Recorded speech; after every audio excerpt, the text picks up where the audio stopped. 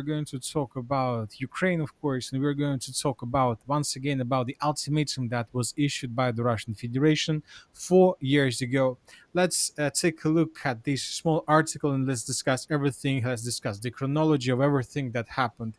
So December 1st of 2021, so 4 years ago, during a ceremony for the presentation of credentials by foreign ambassadors, Putin defined obtaining security guarantees from the West as the top priority for the Russian Ministry of Foreign Affairs. He emphasized that legal, juridically guarantees are needed because of Western colleagues failed to fulfill the corresponding verbal commitments they had made.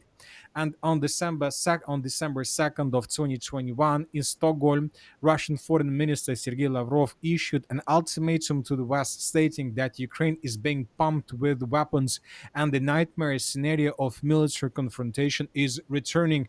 Lavrov threatened ignoring Russia's legitimate concerns, drawing Ukraine into the US geopolitical games against the backdrop of NATO forces being deployed in close proximity to our borders will have the most serious consequences and will force us to take countermeasures to restore the military strategic balance. So now we understand that Sergei Lavrov, the foreign minister, first of all, was talking about the special military operation that started almost 2 months after. So on the 7th, so Russians issued ultimatum, and later on December 17th, the Russians published the draft agreements titled "Treaty between the Russian Federation and the United States of American Security Guarantees," and the second agreement was agreement on measures to ensure the security of the Russian Federation and member states of the North Alliance Treaty Organization. So that was an agreement published by the Russian Federation 4 years ago. 4 years ago, not establish military bases or engage in military cooperation with states of the former USSR. This is what the United States were obliged to according to those agreements. Halt NATO's eastward expansion, including refusing admission to former Soviet republics, not deploy intermediate and shorter range missiles near Russia's border, not deploy nuclear weapons abroad, and dismantle existing infrastructure for them. Russia and the United States shall jointly undertake to not interfere in each other's internal affairs or support efforts to change each other's governments, limit military activity near each other's borders.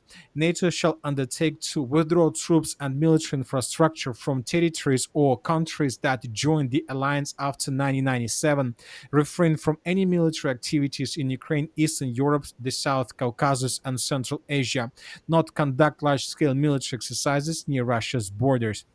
So those were demands, and that this is an ultimatum, that the ultimatum that was issued by the Russians 4 years ago. And it seems that currently the Russian Federation and the United States of America, probably after 4 years of very heavy clashes and very bloody war through Ukraine, came to decision that it's time to cut this 4 year as if this 4 year never existed.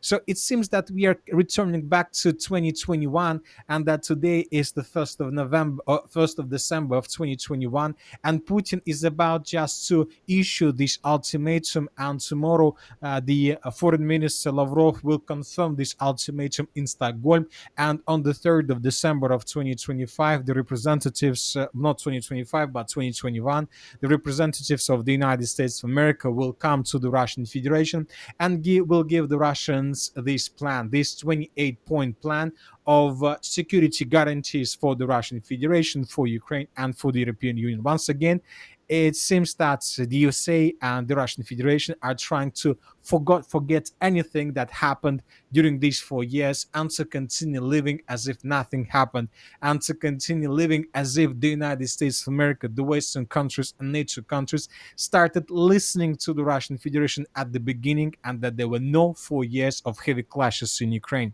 So this is the reality we're living in. Anyway, let's wait and see what is going to happen on the anniversary of the Putin's ultimatum of 2021. But it seems that something interesting the Western countries will provide, and it seems that there are very high chances that Europe will get its security guarantees. And when talking about Europe, we're talking about European Union, NATO, Ukraine, and the Russian Federation. but not everything depends, of course, on Putin and Trump. A lot of things depends on Zelensky. He says that there are important days and much can change, and he said that after conversation with NATO secretary.